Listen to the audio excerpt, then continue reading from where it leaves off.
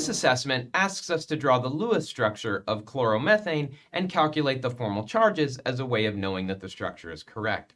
This one may take a little bit longer, so you might want to watch this on double time. We start this problem by figuring out how many valence electrons we have. Carbon is going to contribute 4 electrons. Each hydrogen is going to contribute 1 electron, but there are 3 of them. And the chlorine will contribute 7 in terms of the number of valence electrons. That's going to give a total of 4 plus 3 plus 7, which is 14 total valence electrons.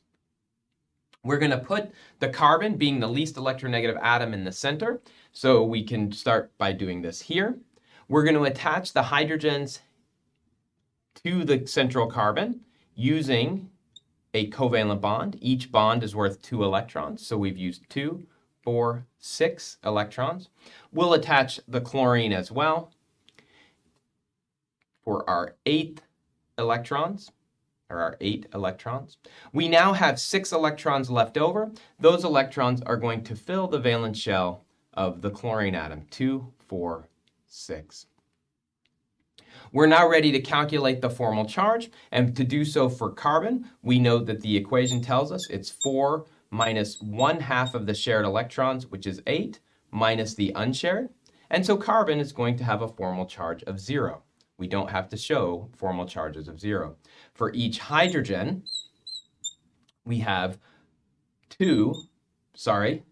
1 minus 1/2 of the shared electrons, the 2 electrons in the covalent bond, minus the unshared. Hydrogen's formal charge is also 0. And finally, we can do the same thing for chlorine.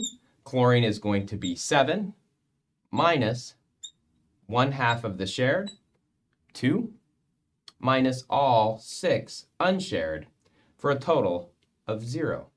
The formal charge on every atom in this molecule, hydrogen, carbon, and chlorine, is 0, which gives us evidence that we have the best Lewis structure of chloromethane.